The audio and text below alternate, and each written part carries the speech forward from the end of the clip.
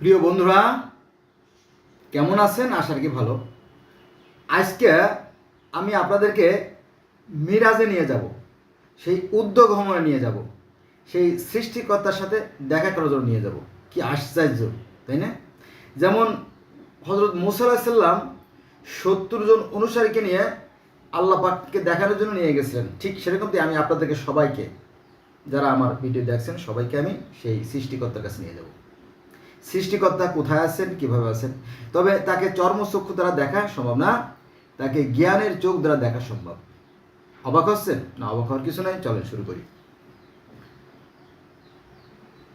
সৃষ্টিকর্তা শক্তিরূপে সর্বোচ্চ বিরাজমান এবং সব কিছুর মধ্যে বিরাজমান। তিনি দৃশ্যমান অদৃশ্য সব কিছুর ভিতরে তিনি শক্তিরূপে আছেন। এবার আসেন সৃষ্টিকর্তা। পবিত্র কোরআন শরীফের সূরা নূরের 35 নম্বর আয়াতে বলা হয়েছে আল্লাহ হচ্ছে আকাশ ও পৃথিবীর জ্যোতি। আল্লাহ হচ্ছে আকাশ ও পৃথিবীর জ্যোতি। জ্যোতি দেখতে পাচ্ছেন? এই যে সেই জ্যোতি। আল্লাহ আকাশ ও পৃথিবীর জ্যোতি। ক্লিয়ার? এখন এই যে সূর্য, এই যে সূর্য,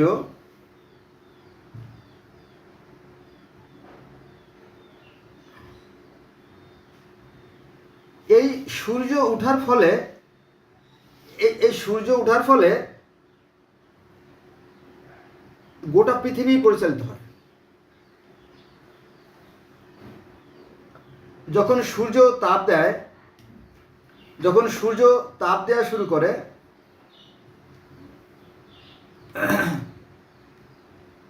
যখন সূর্য তাপ দেওয়া শুরু করে কেবল তখনই মাত্র বাতাসের সৃষ্টি হয়। বাতাস আমি আপনাদের প্র্যাকটিক্যালি দেখাবো একটু পরেই, আমার সাথে থাকুন। বাতাসের সৃষ্টি হয়, আর সূর্য থেকে প্রথম যে বাতাসের সৃষ্টি হয়, সেই বাতাস দিয়ে প্রাণের সৃষ্টি হয়। অর্থাৎ আমাদের যে প্রাণবায়ু, পৃথিবীতে যত মাছ আছে, মাছের প্রাণবায়ু হচ্ছে এই বাতাস। পৃথিবীতে যত কীট পতঙ্গ আছে, তাদের প্রাণবায়ু হচ্ছে বাতাস। পৃথিবীতে যত পাখি প্রজাতি আছে, তাদের প্রাণবায়ু হচ্ছে বাতাস। পৃথিবীতে যত জীব জন্তু কীট পতঙ্গ আছে, যারা নড়াচড়া করে, তাদের প্রাণবায়ু হচ্ছে বাতাস। এবং মানুষের প্রাণবায়ু হচ্ছে সেই বাতাস। মনে আছে যে আদম আলাইহিস সালামকে সৃষ্টি করার পরে যখন তার ভিতরে রুহু ফুঁকে দেওয়া হলো, প্রাণবায়ু যখন ফুঁকে দেওয়া হলো, তখন সে সচল হয়ে গেল। আবার যখন এই প্রাণবায়ু সৃষ্টিকর্তার কাছে চলে যায়, তখন আবার এই পৃথিবী, মানে এই দেহ নিস্তব্ধ হয়ে যায়, তাই তো? আচ্ছা, এটা গেল বাতাস। বাতাসের যখন সৃষ্টি হয়, বাতাস বাতাস যখন সৃষ্টি হয়, তখন সাগরে সাগরে ঢেউয়ের সৃষ্টি হয়। এই সূর্যের তাপের কারণেই বাতাসের সৃষ্টি হয়, অর্থাৎ প্রাণের সৃষ্টি হয়। এই সূর্যের তাপের কারণে বাতাসের সৃষ্টি হয়। এই সূর্যের কারণে আপনার তাপের সৃষ্টি হয়, আলোর সৃষ্টি হয়, সব কিছু সৃষ্টি হয়।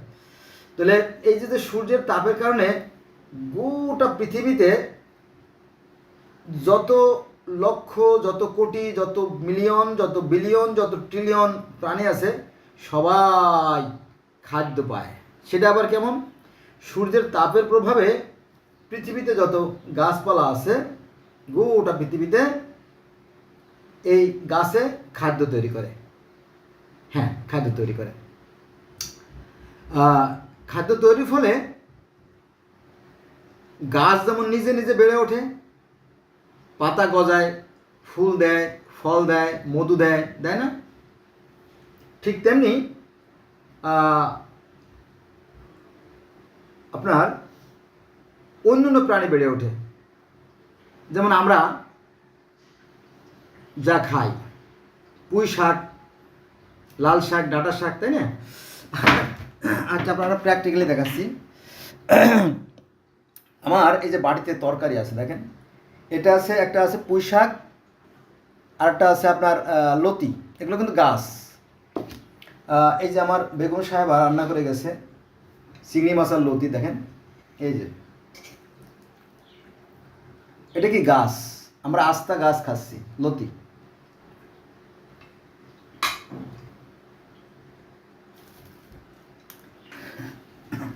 আবার যে ভাতটা আমরা খাবো, এই ভাতটাও কিন্তু গাছ থেকে আসে, তাই না? যারা বোঝার তারা বেশিতে বুঝবেন আর কি।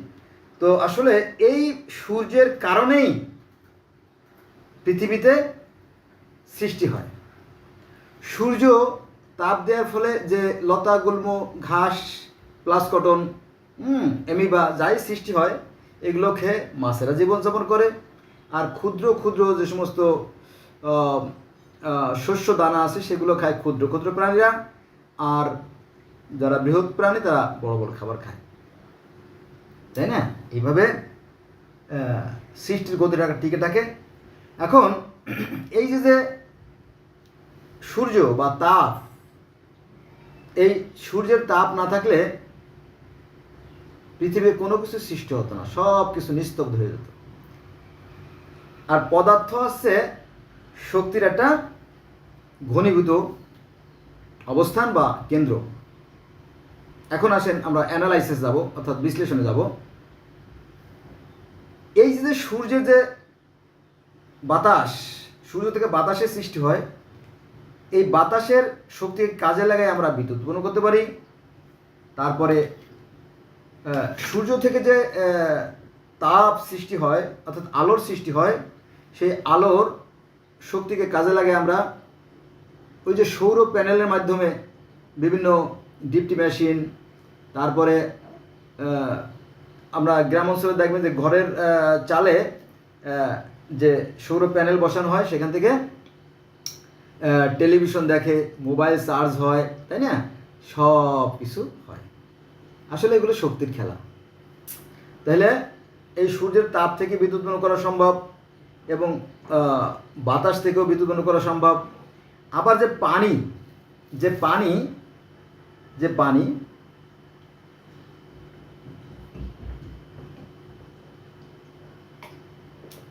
এই পানি থেকেও বিদ্যুৎ উৎপন্ন করা সম্ভব, জানেন তো, তাই না?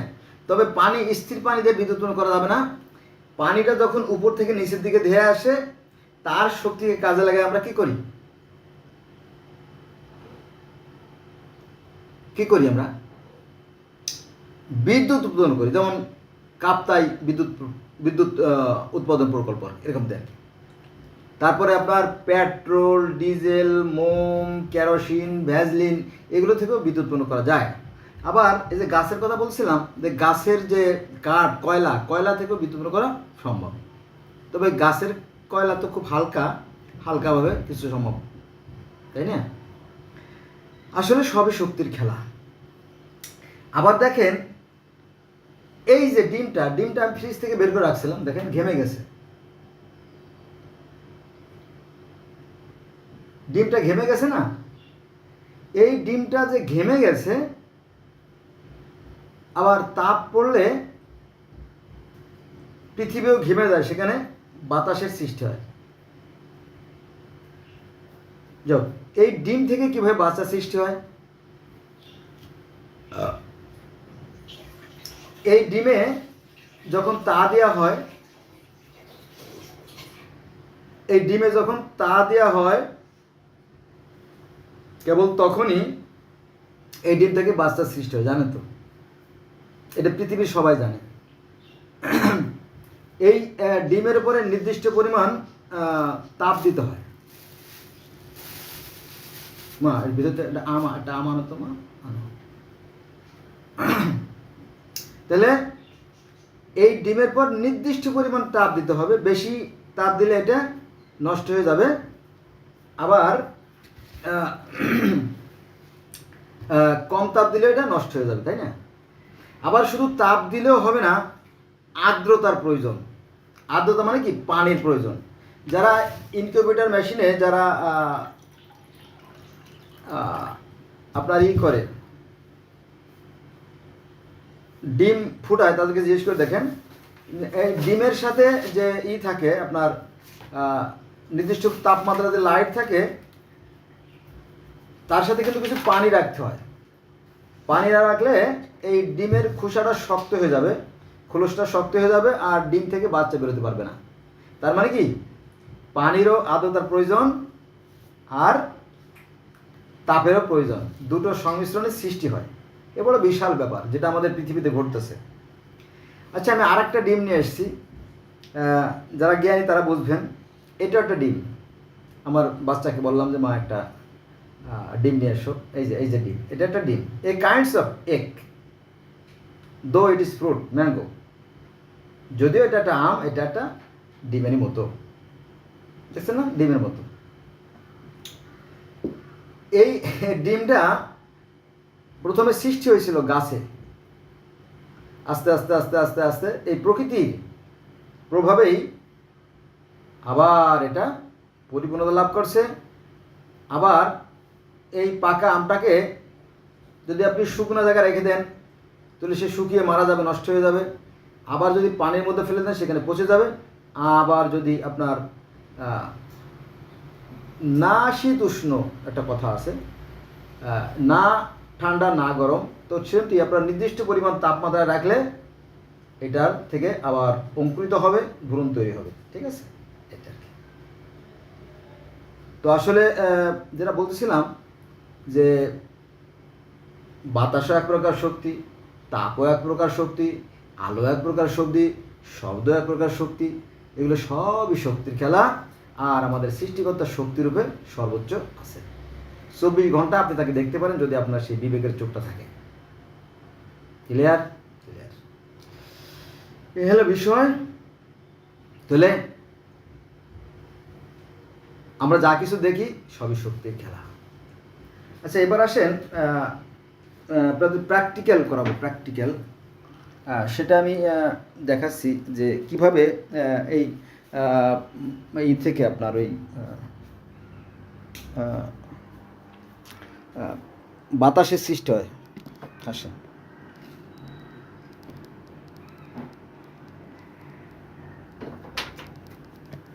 দেখা যাচ্ছে কি না? হ্যাঁ, দেখা যাচ্ছে।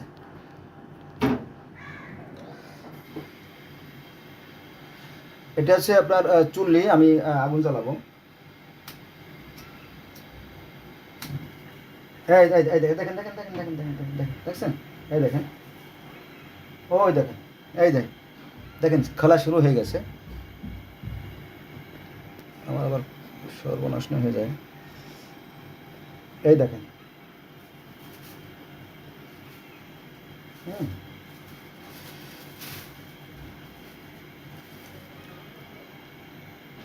আচ্ছা, এবার আমি আলোটা কমাই দেবো। দেখেন আলোটা আমি সরি, দেখা যাচ্ছে না দূর থেকে। এই দেখেন, সবই শক্তির খেলা। আমি এটা অফ করে দিলাম না। অফ করে দেখলেন পলিথিনটা কোথায় যায় দেখেন। এই যে এটা কিন্তু এদিকে চলে আসবে। দেখেন ওই দেখেন, নিজে নিজে কর্ম শুরু হয়ে গেছে। এই দেখছেন? এই যে সে কিন্তু একা আসতেছে, আমার হাত দুটো কিন্তু এখানে আছে। আচ্ছা, আবার আমরা দেখেন এটা কিন্তু অনেকটা স্থির, যদিও জানাল বাতাস সেটা নড়াচড়া করতেছে। আমরা যখন আলো সৃষ্টি করব, এই যে দেখছেন তো, এই যে ও কিন্তু দোলন শুরু করবে। এই পলিথিনটা দোলন শুরু করবে। দেখেন আমার হাত কিন্তু এখানে। আমি আবার চুরি করতেছি না, খেয়াল রাখেন। দেখেন দেখেন দেখছেন, নড়াচড়া করতেছে। দেখেন এই যে না দৌড়াদৌড়ি শুরু করবে। ওই দেখেন দৌড়ে চলে গেল। কোথায় চলে গেল? ওই দেখেন, ওই যে একদম ঊর্ধ্বে চলে গেছে। ওই দেখেন, ওটা লড়াচড়া শুরু হয়েছে। ঠিক আছে, ওই যে দেখেন। আবার অফ করি। এই দেখেন, অফ করলে ওর স্থান পরিবর্তন হবে। এই যে এটা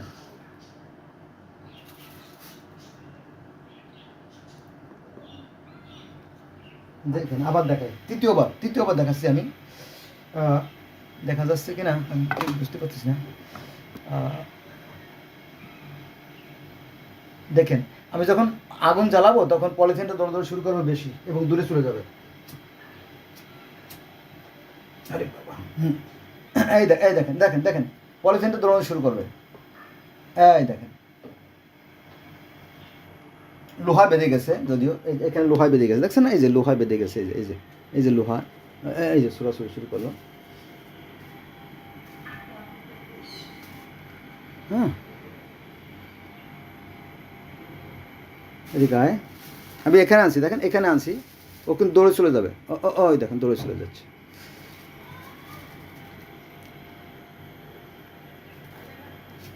ওই দেখেন, হ্যাঁ এখানে এটাকে রাখা যাচ্ছে না, হ্যাঁ ওই যে।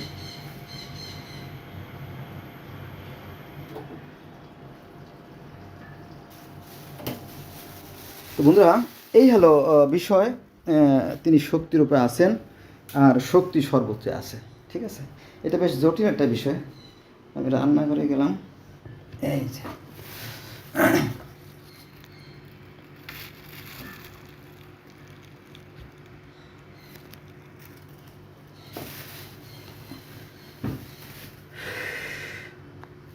তাহলে আমরা কি দেখলাম? আমরা দেখলাম যে সূর্য যখন তাপ দেয়, সূর্য তাপের ফলে যে প্রথম যে পিওর যে শক্তিটা, এনার্জি যেটা বাতাস, সেই বাতাস দিয়ে প্রাণের সৃষ্টি করে সৃষ্টিকর্তা। আমাদের পৃথিবীর প্রত্যেকটা প্রাণীর যে প্রাণবায়ু সেটা হচ্ছে বাতাস। আর মাছের ভিতরে দেখবেন যে এক প্রকার থাকে, ওটা কি বলে, লম্বা বাতাসের থলি থাকে, তাই না? একটা ছোটো থলি থাকে, একটা বড় থলি থাকে। আবার ডিমের ভিতরেও কিন্তু বাতাসের থলি থাকে, জানেন তো? মাছ পানিতে থাকে, তার মধ্যেও দুটো বাতাসের থলি থাকে, তাই না? দেখবেন যে দুটো, আর এর ভিতরেও দুটো বাতাসের থলি আছে।